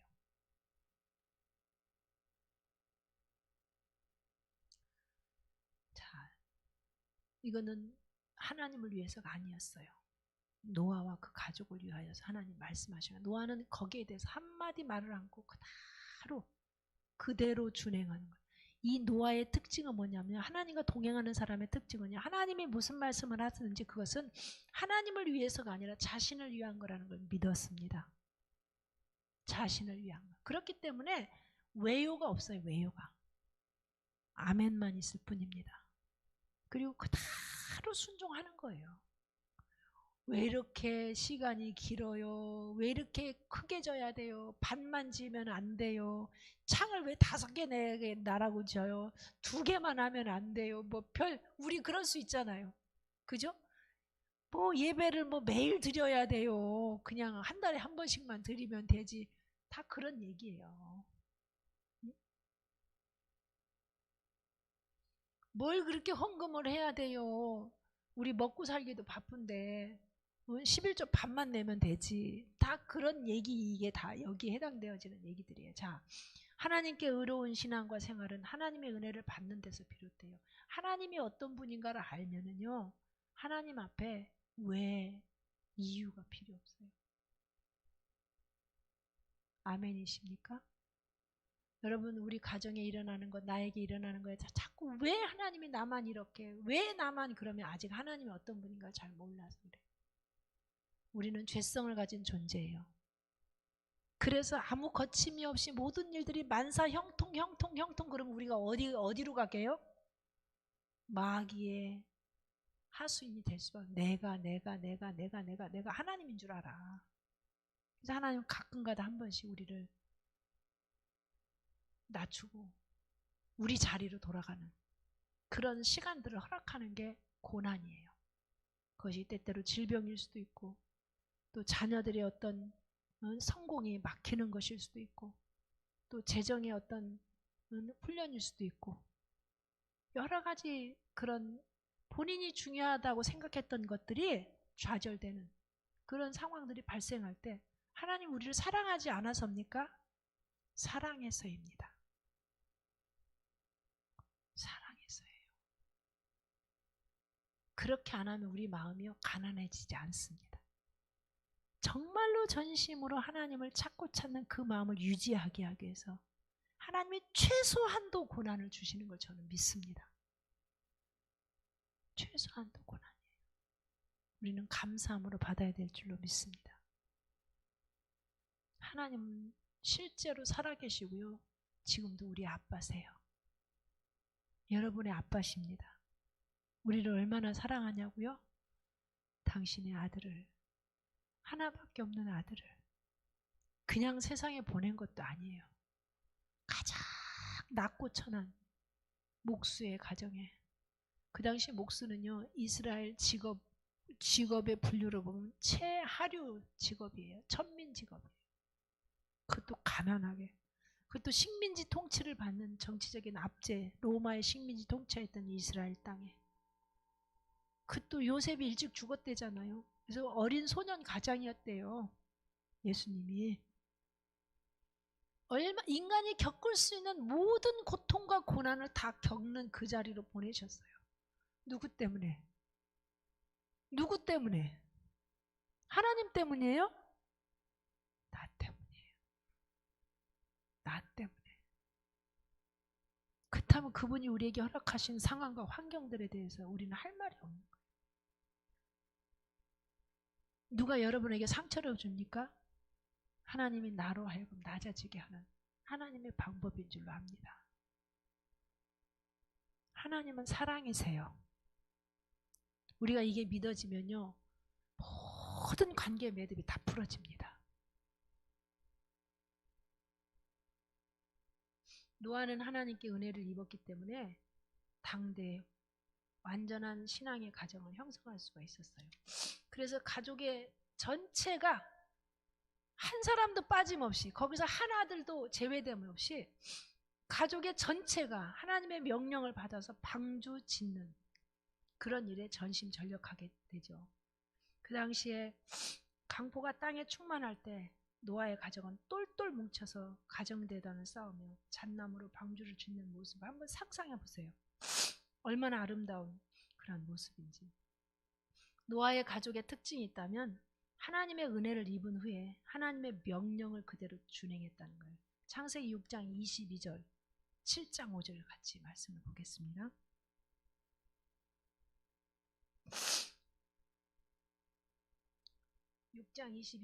창세기 6장 22절과 7장 5절. 노아가 그와 같이 하나님이 자기에게 명하신 대로 다 준행하였더라. 7장 5절. 노아가 여호와께서 자기에게 명하신 대로 다 준행. 이 노아가 여호와께서 자기에게 명하신 대로 다 준행했다는 말이요, 여러 차례 나와요. 여러 차례. 말씀하신 대로 다 이게 중요해요. 다. 100%. 그러니까 하나도 안 어겼다 이 말도 되지만, 아까 처음에 얘기했는데 온 마음으로 온 정성을 다해서 전심으로 하나님 말씀하신 대로 순종하려고 몸부림치는 그런 모습을 여기 볼 수 있는 거예요. 자, 이렇게 여호와의 명령, 하나님의 명령을 준행하는 것은 생명과 직결되는 거예요. 이게 구원으로 연결되어지는 겁니다. 우리 행위로 구원받는 건 아니에요. 그러나 하나님이신 것을 신뢰한다면, 그분의 말씀이 진리이고 생명인 걸 믿는다면 우리는 그 말씀대로 살아야 되는 건 당연한 원리 아니겠습니까? 노아는 그렇게 했던 거고, 그 자녀와 그 자부들도 노아를 따라서 그 아버지가 하나님께 받은 그 이야기를 전달했을 때, 아이, 아버지 뭐 잘못 본 거 아니에요? 잘못 들은 거 아니에요? 헛것 들은 거 아니에요? 지금 시대가 어느 시대인데 그 방주를 짓고 있어요. 앞으로 미래에 뭔가를 하려면 지금 시간을 거기다 투자하면 어떻게 해요? 별 얘기 다 할 수 있어요. 근데 자녀들이 그런 말 않고 그냥 아버지가 말하는 대로, 자부들도 마찬가지고. 자, 노아가 하나님의 명령을 준행하였을 때 그의 가족도 구원의 방주에 들어가서 물로 인한 하나님의 심판을 면하게 된 거예요. 그의 자세가 참으로 하나님의 말씀대로 순종하는 그 태도가 하나님께 만점을 받은 거예요. 그래서 당대의 완전한 자요, 하나님께서 의인이라고 인정을 했고 여호와 동행하는 자라는 별명을 받게 된 겁니다. 자, 노아의 가정은 방주를 위하여 모든 식구가 협력했어요. 자, 느닷없이 큰 방주를 짓는 일은 쉬운 일이 아니잖아요. 그런데 한 사람도 반대하는 일이 없었다. 이건 무슨 얘기냐? 평상시에 노아가 가족들 안에서 하나님을 경외하고 가족들이 하나님 앞에서의 그 태도가, 아버지가 하나님이 말씀하신 것에 대해서 순종하는 그 모습이 자녀들에게 그대로 이게 전달이 되어져요. 가정사역에 성공한 아주 대표적인 케이스예요. 너무나 부러운 모습이죠. 이름도 없이 봉사한 노아의 아내. 노아의 아내 이름은 나오지도 않잖아요. 그런데 절대 태클을 걸지 않았어요. 이유가 없었다는 거. 그리고 아들 셋, 며느리 셋. 노아와 동일한 믿음으로 반응한 것을 보게 됩니다. 자, 노아와 그의 가정이 순종한 일은 아까 얘기한 대로 여호와께서 자기에게 명하신 대로 다 준행하였다는 거야. 노아 한 사람만? 아니, 온 가족이. 이게 중요해. 이게 온 가족이. 히브리서 11장 7절 말씀 보겠습니다. 히브리서 11장 7절 같이 보죠. 믿음으로 노아는 아직 보이지 않는 일에 경고하심을 받아 경외함으로 방주를 준비하여 그 집을 구원하였으니 이로 말미암아 세상을 정죄하고 믿음을 따르는 의의 상속자가 되었느니라. 아멘. 믿음으로 아직 되어지지 않았는데 앞으로 되어질 일을 하나님 말씀하셨을 때 그것을 노아는 믿었다는 거예요. 그 경고하심을. 그리고 그 다음에 듣기만 하고 믿기만 한 게 아니라 믿은 것을 실제로 구체적으로 실천을 했는데 방주를 너희 가족을 위해서 방주를 지라고 그랬을 때 자기가 가지고 있는 전 재산을 다 투자해가지고 하나님 말씀하신 대로 그대로 110년 동안 지었어요.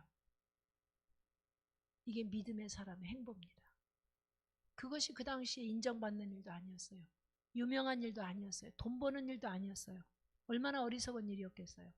사람들은 뭐 여행 다니고 즐기고 자기 재산 늘리고 그랬잖아요. 장가가고 시집가고 먹고 마시고 사고 팔고 그 일에 전심전력하면 경제적으로 막 돈을 벌고 부동산 투자해서 돈을 벌고 막 이랬는데 노아는 부동산 투자는커녕 있는 거 팔아가지고 잣나무만 잔뜩 사다 싸놓고 방주 짓는 일이라 전심전력하니 그 당시 사람들이 볼 때는 이건 정신이 나간 사람이지 정상적인 사람이 아니야. 여러분 돈 벌어가지고 전도하는 데 쓰고 선교하는 데 쓰고 정신 나갔지. 어디 아파트 거기 사놓으면은 몇 년만 있으면 거기 뭐 10억이 오르나 부동산이 올라간다는데 그 돈을 쓰기는커녕 그렇게 거룩한 낭비에 거룩한 낭비에 좋은 말로 표현하면. 그런데 하나님이 그렇게 하나님이 말씀하신 대로 준행하였더니 그것들이 이 가정의 생명을 구원하는 그런 그 자산이 될 줄 누가 알았겠어요. 노아는 그 말씀을 들었지만 홍수가 그렇게 오리라고 막상 그 일이 되었을 때 얼마나 놀랐겠어. 여러분 그렇지 않겠어요? 천국이 있다고 우리가 지금 믿어. 근데 막상 우리가 천국 가면 놀랄까 안 놀랄까? 놀라죠. 믿음으로 취했지만 현실이 주어지면 놀라는 거예요. 근데 노아는 현실로 올 것으로 그냥 확실히 믿고 그렇게 실행한 거예요. 그랬더니 그대로 실제로 되어졌다는 거예요. 이 믿음의 사람이었다는 거죠. 방주를 지으라는 이야기를 듣고 홍수가 올 거를 경고를 받고 몇 년 동안 이 일을 했냐? 1년, 2년, 20년이 아니고 120년이에요. 120년. 여러분 이거는 인내가 필요해요. 여러분 구원에는 인내가 필요합니다. 말씀을 순종하는 데는 뭐 은혜 받을 때 막 펄펄 뛸 때 그때뿐만 아니고 힘들고 어려울 때도 지속적으로 계속해서 말씀대로 준행하고 산다고 하는 건 굉장한 인내가 필요한 거예요. 하나님이 느껴질 때도 있지만 때때로 하나님이 안 느껴질 때도 있는 거거든요. 신앙생활 하다 보면. 기도가 응답이 척척 올 때도 있지만 아무리 기도를 해도 기도가 응답이 안 되는 것 같은 깜깜하게 구름만 끼었는 것 같은 때도 있거든요. 그런데도 노아는 120년을 한결같이 하루같이 그 말씀을 하나도 빠지지 않고 다 준행하였더라. 이게 믿음의 사람이 갈 수 있는, 믿음의 사람만이 할 수 있는 행보인 줄로 믿습니다. 자, 결국 그래서 이 노아는 보지 못한 일을 경고받았을 때 그렇게 되어질 것에 대한 살아계신 하나님이 반드시 그렇게 할 것에 대한 신뢰, 그리고 방지 지으라고 했을 때 그게 어떤 효과가 있는지 아직 잘 몰라. 그러나 하나님이 지으라고 했을 때는 꼭 필요하니까 지으라고 한다고 하는데 신뢰 때문에 120년 동안 방주를 지었다는 거죠. 노아가 방주를 지었을 때 노아의 나이가 몇 살이냐면요. 600세였어요. 600세. 방주에 들어갈 때 노아가 600세 되던 해에 2월 17일이에요. 이 성경을 보면 자세히 날짜가 나와 있어요. 창세기 7장 11절이 나와 있습니다. 그리고 방주에 들어가서 비가 오기 시작해가지고 방주 안에 머물렀던 시간이 1년 열흘이야. 1년 열흘. 긴 시간이었어요. 그러니까 비가 오기 전에 일주일 머물렀고 일주일 뒤에 문이 닫히고 나서 비가 오기 시작해갖고 방주 안에서 1년 열흘, 그러니까 1년 17일을 방주 안에 노아가 살아요. 근데 만약에 노아가요 힘이 들어갖고 창문을 위에다 내는 게 얼마나 힘들었겠어. 여러분 높이가 막 이 10몇 미터 막 이 정도 되는 높이 올라가가지고 그거 창을 낸다고 생각해 보세요. 사다리 그 놓아가지고 막. 근데 그거를 막 밑에다 냈다. 그러면 어떻게 됐을까? 홍수가 났을 때 어떻게 됐을까? 물이 다 새더라. 그러니까 이게요, 우리가 말씀대로 하지 않으면요, 자기 구원에 문제가 생기는 거예요. 그리고 규모도, 여기 규모를 제가요, 이렇게 그 환산을 해보니까, 이게 그 무게가 약 15,000톤 무게래요, 방주 무게가. 그리고 배수량이요, 2만 톤 정도 된답니다. 그래서 그 1609년에 피 잔센이라는 사람이요, 성경에 명시된 그 사이즈대로 방주의 모양과 크기대로 똑같은 배를 만들었는데요. 그 크기의 높이가 13m, 폭이 23m, 길이가 137m, 배수량이 2만 톤, 용적량이 14,000톤. 그 크기로 만들었어요. 이러한 크기는 성경이 요구하는 그 당시 그 가축의 오늘날 살고 있는 포유류의 종류가 3,500종, 조류가 8,600종, 파충류와 양서류가 5,000종인데 각 쌍으로 계산할 경우에 이게 35,000마리래. 제가 실질적인 얘기를 하는 거예요. 그 방주에 들어갔던 그 숫자들을.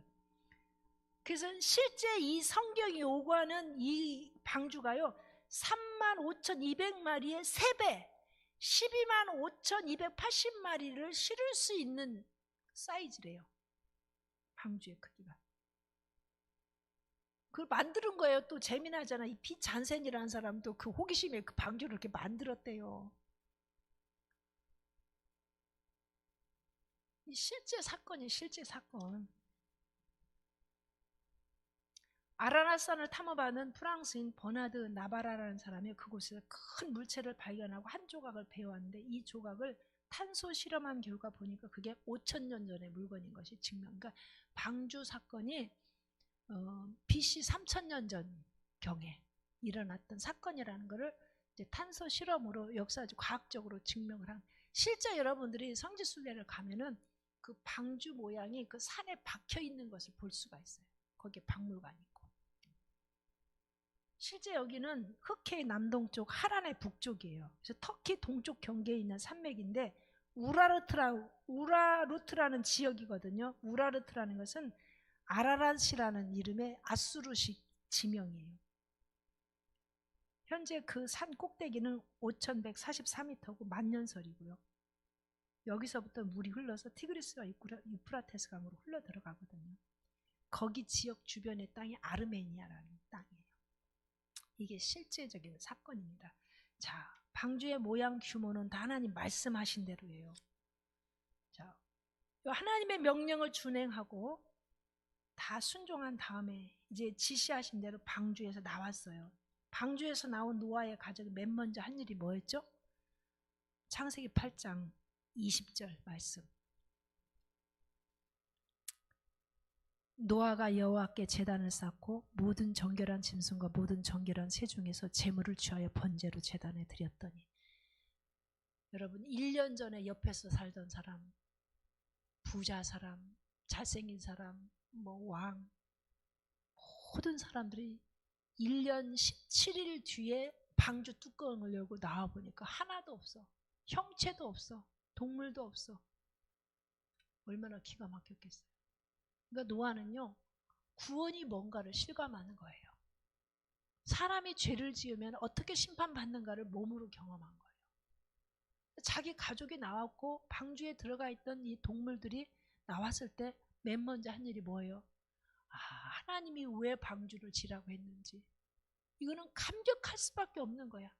그러니까 맨 먼저 한 게 구원받은 것에 대해, 자기 가족을 살려준 거에 대해서 감사의 예배를 드린 거예요. 제단을 쌓고. 여러분 구원받은 우리들이 해야 될 일이 뭐예요? 날마다 해야 될 일이 뭡니까?